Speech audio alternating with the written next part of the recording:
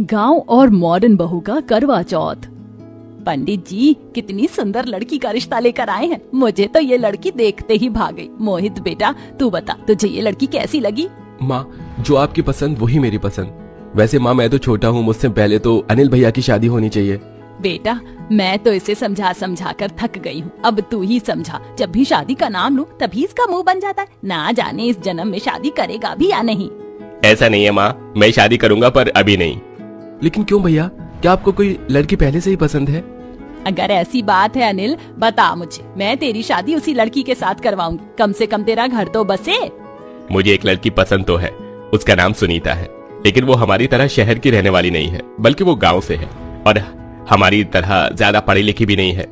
जब last time मैं एक प्रोजेक्ट के सिलसिले में गांव गया था तब मेरी मुलाकात सुनीता से हुई और कभी ये छोटी सी मुलाकात प्यार में बदल गई, मुझे पता ही नहीं चला।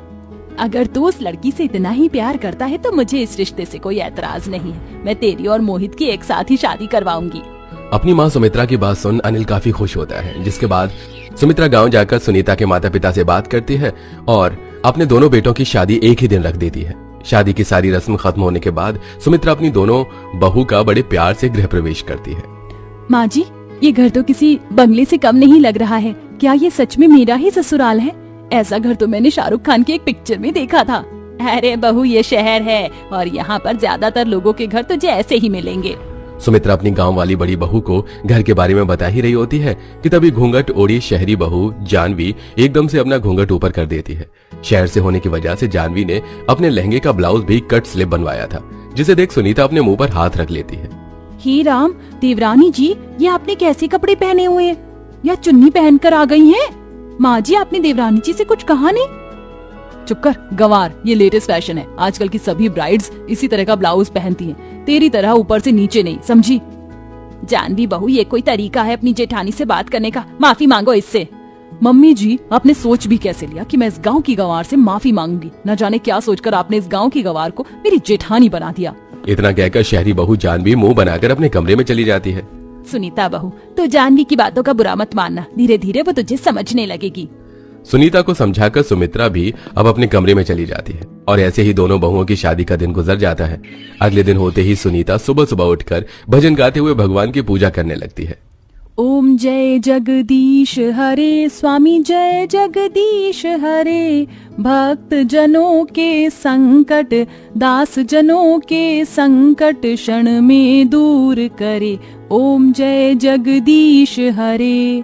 सुनीता के भजन की आवाज को सुनकर सभी लोग नीचे आरती में आ जाते हैं। वहीं अपने कमरे में सो रही जानवी की भजन से नींद खराब होने लगती है और वो गुस्से में उठकर सीधा नीचे आ जाती है। अरे जानवी, तुम आ गई? मैं तो आरती लेकर तुम्हारे कमरे में ही आ रही थी। ये लो, तुम भी आरती ले लो।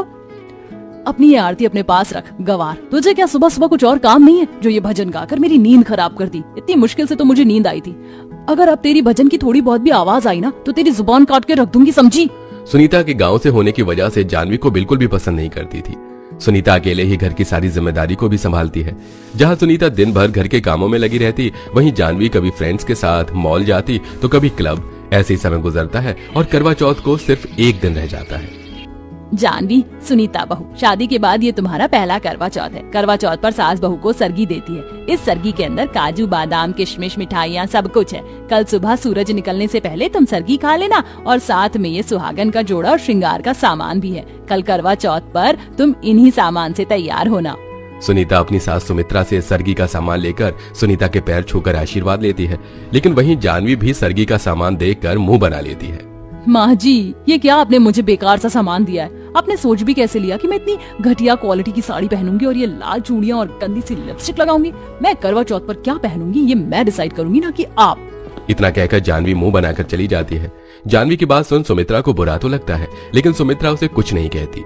सुमित्रा के कहने पर सुनीता जानवी की सरगी ले जाकर उसके कमरे में रख देती है और वहीं दूसरी तरफ जानवी करवा चौथ कपड़ों की शॉपिंग के लिए एक बड़े से मॉल में जाती है। ये हुई ना बात, अब मिला है मुझे करवा चौथ के लिए एक परफेक्ट ड्रेस। जानवी बड़े से मॉल से अपनी करवा चौथ के कपड़े ले लेती है। साथ ही एक बड़े से पार्लर में जाकर manicure, pedicure, waxing, bleach, facial, cleaning, hair spa जैसी चीज करवाती है। कल तो करवा चौथ पर सबसे ज्यादा सुंदर मैं ही लगूंगी। पार्लर का काम खत्म होने के बाद जानवी सीधा घर पर आ जाती है और ऐसे ही रात हो जाती है। सूर्यदेव के निकलने से पहले सुनीता उठकर जल्दी से नहा धो लेती है और भगवान की पूजा पाठ कर सुमित्रा की दी हुई सरगी को भी अच्छे से खा लेती है। मैंने तो सरगी खा ली, लेकिन क्या जानवी ने खाई होगी? एक काम करती हूँ, उसे देख कर आती हूँ। अगर सो रही होगी तो सरगी खाने के लिए उठा भी दूंगी। सुनीता जानवी के कमरे के बाहर जाती है और काफी देर तक जैन के कमरे का दरवाजा खटखटाती है, लेकिन जानवी नींद में होने की वजह से दरवाजा नहीं खोलती और बेचारी सुनीता वापस आ जाती है। थोड़ी देर में सूर्यदेव दर्शन देते हैं और सरगी का समय खत्म हो जाता है। दोपहर के 12 बजे तक तो जानवी आराम से रह लेती है, लेकिन धीरे धीरे अब उसे भूख लगना शुरू हो जाती है। भूख के मारे मेरी जान निकली जा रही है। क्या चांद निकलने से पहले मैं कुछ खा नहीं सकती? नॉर्मल फास्ट में तो इंसान फ्रूट चिप्स तो खा लेता है, तो इसमें ये सब क्यों नहीं है? क्योंकि ये करवा चौथ का व्रत है और सभी शादीशुदा औरतें इसे अपने पति की लंबी उम्र के लिए रखती हैं। चुप कर गवार, भूख के मारे मेरी जान निकली जा रही है, ऊपर से तू है कि मुझे भाषण देने में लगी हुई है।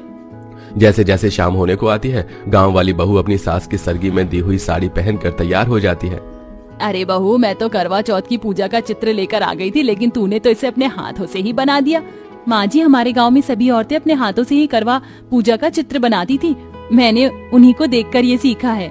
सुनीता बहू, थोड़ी देर में मोहल्ले की सारी औरतें करवा चौथ की कथा सुनने के लिए आ जाएंगी। एक काम कर, तू जाकर जानवी को बुला ले, दोपहर से सो रही है, न जाने कैसा व्रत रखा है इसने।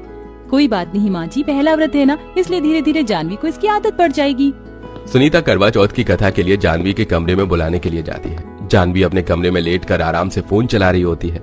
जानवी, करवा चौथ की कथा सुनने का वक्त हो गया है, जल्दी से तैयार होकर नीचे आ जाओ। मेरे पास इतना फालतू का टाइम नहीं है कि मैं ये कथा सुनने के लिए नीचे आऊँ। जानवी, करवा चौथ का व्रत रखने वाली हर औरत करवा चौथ की कथा सुनती है। बिना कथा सुने तुम्हारा व्रत पूरा नहीं होगा। अपना ये फालतू का ज्ञान अपने पास रखो, अनपढ़ गवार कहीं की। तुम मुझे सिखाओगी? निकल जा मेरे कमरे से।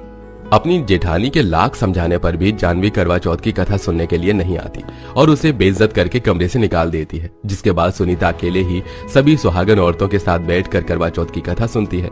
जैसे जैसे शाम गुजरने लगती है, वैसे वैसे अब जानवी की भूख भी काफी बढ़ जाती है। अब इस भूख को मैं और बर्दाश्त नहीं कर सकती, मैं तो चली खाना खाने के लिए। जानवी चुपके से किचन में जाती है और फ्रिज में से खाने पीने की चीज निकाल कर खाने लगती है। अच्छे से पेट भर जाने के बाद जानवी अपने कमरे में आती है और तैयार हो जाती है। जहां करवा चौथ के दिन सभी सुहागनों ने लाल रंग का जोड़ा पहना था, वहीं जानवी काले रंग के बैकलेस साड़ी पहनकर सबके सामने आती है। जानवी बहू, तेरा दिमाग तो सही है, आज के दिन तूने ये पहना है, जानती भी है तूने कितना बड़ा अपशगुन किया है। अरे माँ जी, आप ये अपशगुन जैसी चीज कुछ नहीं होती है, और वैसे भी मुझे बैकलेस ब्लाउज बहुत पसंद है, इसलिए मैंने सबसे यूनिक और हटकर पहना है। थोड़ी देर में चांद निकल आता है। सुनीता छन्नी में से चांद को देख अनिल को देखती है और अनिल के हाथों से पानी पीकर करवा चौथ का व्रत पूरा करती है। वहीं मोहित अभी रास्ते में ही फंसा होता है। ट्रैफिक होने के चक्कर में मोहित एक शॉर्टकट रास्ता लेकर घर लौट रहा होता है कि तभी कुछ चोर मोहित की गाड़ी पर हमला कर देते हैं और मोहित को लूटकर उस पर चाकू से वार कर देते हैं। कुछ देर बाद उसी रोड से कुछ और लोग गुजरते हैं। मोहित को घायल देख वो उसे जल्दी से अस्पताल में भर्ती करवाते हैं। अस्पताल वाले मोहित की आईडी प्रूफ से उसके घर पर कॉल करते हैं। जैसे ही मोहित के घायल होने की बात उसके घर वालों को पता चलती है तो सभी लोग दौड़े दौड़े अस्पताल आते हैं। आज मेरे बच्चे की हालत है ना, उसकी जिम्मेदार सिर्फ तू है। अगर मेरे बेटे को कुछ भी हुआ तो मैं तुझे छोड़ूंगी नहीं। हे भगवान, मैं क्या करूं, ये मुझसे क्या हो गया? अगर मोहित को कुछ हो गया तो मैं जी नहीं पाऊंगी। इसीलिए कहते हैं जानवी, इतना भी मॉडर्न होना ठीक नहीं है। तुम्हें करवा चौथ के व्रत का बहुत अपमान किया, इसलिए करवा माता ने तुम्हें सजा दी है। लेकिन अभी भी देरी नहीं हुई। अगर तुम करवा माता से अपनी भूल चूक की माफी मांग लो, सच्चे दिल से अपने पति की लंबी उम्र के लिए प्रार्थना करोगी, तो मोहित को कुछ नहीं होगा। सुनीता की बात मानकर जानवी करवा चौथ के व्रत में की हुई सारी भूलों की करवा माता से माफी मांगती है और अपने पति की लंबी आयु के लिए प्रार्थना भी करती है। थोड़ी देर में मोहित को होश आ जाता है, जिसे देख जानवी बहुत खुश होती है। इसी के साथ अब जानवी को अपनी गलती का एहसास होता है और सुनीता से माफी मांगती है और हर साल सुनीता के साथ सारी रस्मों को निभाते हुए अच्छे से करवा चौथ का व्रत करती है। वेल दोस्तों, क्या आपके भी घर में कोई करवा चौथ का व्रत रखता है? तो उसका नाम हमें कमेंट में जरूर बताइएगा।